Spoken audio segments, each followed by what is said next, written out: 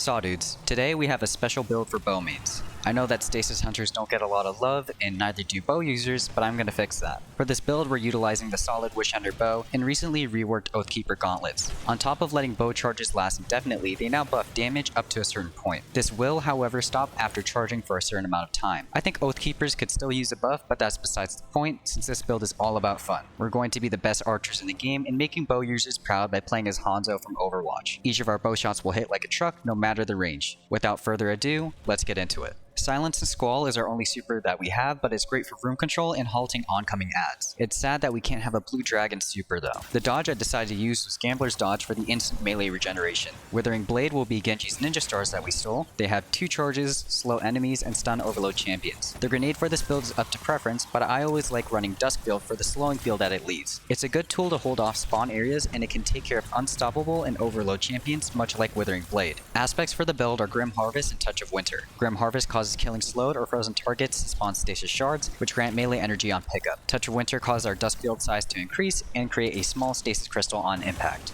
For the fragments, I went with Whisper of Chains, Conduction, Durance, Rending, and Shards. Chains grants 40% damage resist when near a frozen enemy or stasis crystal. Conduction causes stasis shards that are within 15 meters to track towards us. Durance makes slow stacks applied to enemies last longer, and our dust fields last 2 seconds longer, from 7 to 9 seconds. Rending increases the damage of primary weapons against frozen targets by 50%. Finally, Shards grants 500% increased grenade regeneration after shattering a stasis crystal. If you don't really care too much about damage resist because of the long range you'll be playing at, swap Chains for Torment. Whisper of Torment grants 4% grenade energy for every instance of damage we receive with a 1-second cooldown. Let's cover the Shimada armor. Starting with the helmet, I used Kinetic Siphon, Special Ammo Finder, and Special Ammo Scout. With Oathkeepers, I slotted Impact Induction, Heavy-Handed, and Bolstering Detonation. On the chestplate, I equipped Arc Reserves and 2 variable resistance mods. Arc Reserves can be swapped for Sniper damage resistance for extra safety. For the legs, I ran 2 copies of Kinetic Weapon Surge and Recuperation. Lastly, on the cloak was Bomber, Time Dilation, and Reaper. Since the Hanzo build lacks survivability through abilities, I recommend maxing Resilience and then focusing on Mobility and Discipline. Resilience grants 30%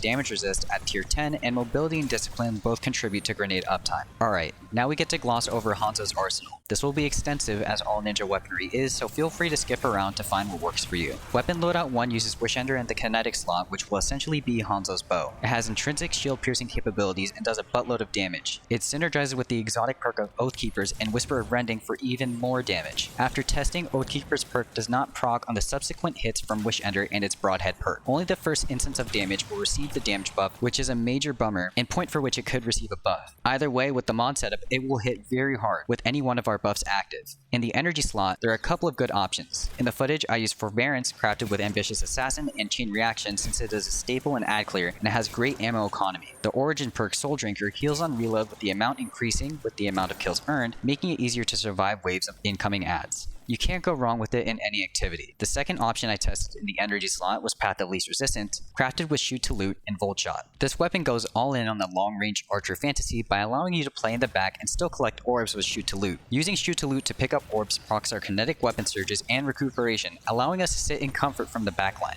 Volt Shot is just a bonus in the event we get a kill with the gun, and allows for easy ad clear upon jolt application. For the heavy slot, one solid choice is Hothead. It's a rocket that will always be reliable with explosive light and pairs really well with the aforementioned Shoot to Loot combo. Nonetheless, if you want to use a sword like Hanzo once did for some close range lethality, try using Request. It has the best in-class impact and charge time, and I crafted mine with Jagged Edge, Swordmaster's Guard, Relentless Strikes, and Surrounded. Enhanced Surrounded provides a 41.75% damage increase to swords, making it great for boss DPS. It's risky to use if you're just charging in, but making use of the guard mechanic makes it much more viable. Weapon Loadout 2 is much shorter than the last, and still uses WISHENDER in the kinetic slot. However, in the energy slot, I tried out the Aramite, crafted with Heal Clip and Reservoir Burst. This roll acts somewhat like Forbearance, but does more damage to one target and provides much more healing from Cure ×1 on reload. If you're purely going for DPS, a roll with Envious Assassin and Controlled Burst is going to be great. In the heavy slot, we will be using Apex Predator with Reconstruction and Bait and Switch. It's another DPS powerhouse and is just an amazing weapon to have at your disposal. The game loop for this build focuses on staying the hell away from close range engagements unless completely necessary. Always utilize a lack of damage fall off on Wishender and stay back, picking off adds to create orbs. At this point, move in slowly to collect orbs of power or just use path of least resistance with shoot to loot. Remember to always use your Duskfield grenade to slow crowds and to shatter the crystal to regen the grenade faster while on cooldown. You don't always need to use the full charge on Oathkeepers to finish off majors, so I suggest using it on the first shot on a full health target. When you're using this build, your objective is to peek shoot, so stick to a piece of cover and use Wishender's wall hacks to set up shots. If there are unstoppable or overload champions, use Withering Blade or Duskfield to stun them. Rinse and repeat. This is a build for all my Overwatch fans and for those who are a fan of my themed builds. I realize that it's not meta breaking or the best by any means, but since it's a triple threat and gets the job done in style, I made a video for it. I love Hanzo anyways since I share his hairstyle. Thank you all for watching and happy farming.